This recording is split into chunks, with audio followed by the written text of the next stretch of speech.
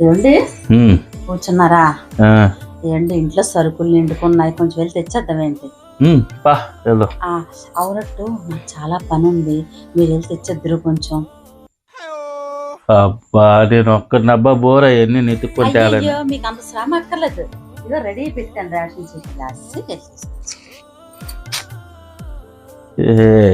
జ్యోతి నిద్ర వెళ్ళేసి వచ్చిద్దాం కదా. పని ఉంది అన్నాను కదా, తెచ్చాను.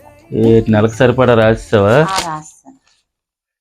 ఇది పసుపు, కుంకుమ, అగరబత్తులు, కర్పూరం బిళ్ళలు, ఉప్పు చెక్కలు, ముద్దకర్పూరం, ధూప్ స్టిక్స్, దేవుడి పప్పు నూనె, దేవుడి నువ్వుల్లోని పెద్ద ఒత్తులు, పువ్వొత్తులు, ఆవురయ్య, పచ్చ కర్పూరం, పసుపు పోగులు, గల్లొకట, గంధపు డబ్బా, చిల్లర డబ్బులు, ఇది లిస్ట్ అంతా దేవుడి సామానే ఉంది.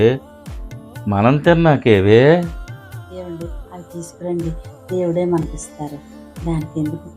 నువ్వు తీసుకురండి ముందు దేవుడికి, దేవుడే కదా చూస్తున్నారని. అరే ఏంట్రా ఇది?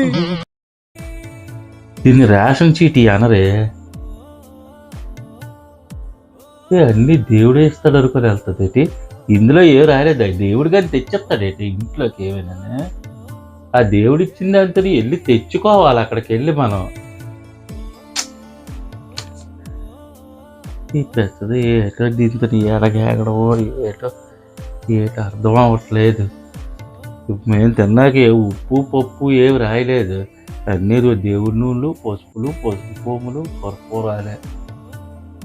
అమ్మా రేపటి నుంచి గడ్డి ఆడుతుంది కావచ్చు ఇంట్లోనే. ఈ పారీ లేవు దేవుడిది. పెద్ద సమస్య వచ్చి పడిందే, ఇప్పుడు ఏం చేద్దాం?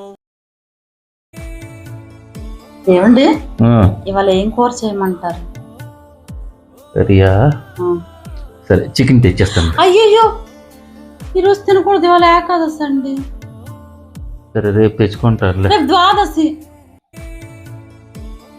కొన్ని ఎల్లుండి తెచ్చుకోవచ్చా? ఎల్లుండి లక్షవారం అండి. ఇంకెప్పుడు తింటామే? ఏ రోజు తినాలో నేను చెప్తాను, ఆ రోజు తింటారండి ప్లీజ్ అండి. సరే అయితే ఇప్పుడు ఏడు చేస్తావు? ఇప్పుడు ఈరోజు ముద్దపప్పు వండేస్తాను. అబ్బా ముద్దపప్పు, పోనీ ఏ పప్పు చారో చేసి ఏదో ఎప్పుడు చెయ్యే. ఇవాళ ఉల్లిపాయ వంటనండి. ఆగానే నువ్వు సన్యాసుల్లో కలిసిపోమంటావా, నన్ను కలిసిపోమంటావా? ఏదో చెప్పు, లేకపోతే ఇద్దరం కలిసిపోతామా? ఇద్దరు వెళ్ళి కలిసిపోతాం. మెంటలు మెంటలు మెంటలు ఎక్కించేస్తున్నాయి కొంపలో ఏదైతే రాత్రి దీన్ని కొంపలో ఉండదు.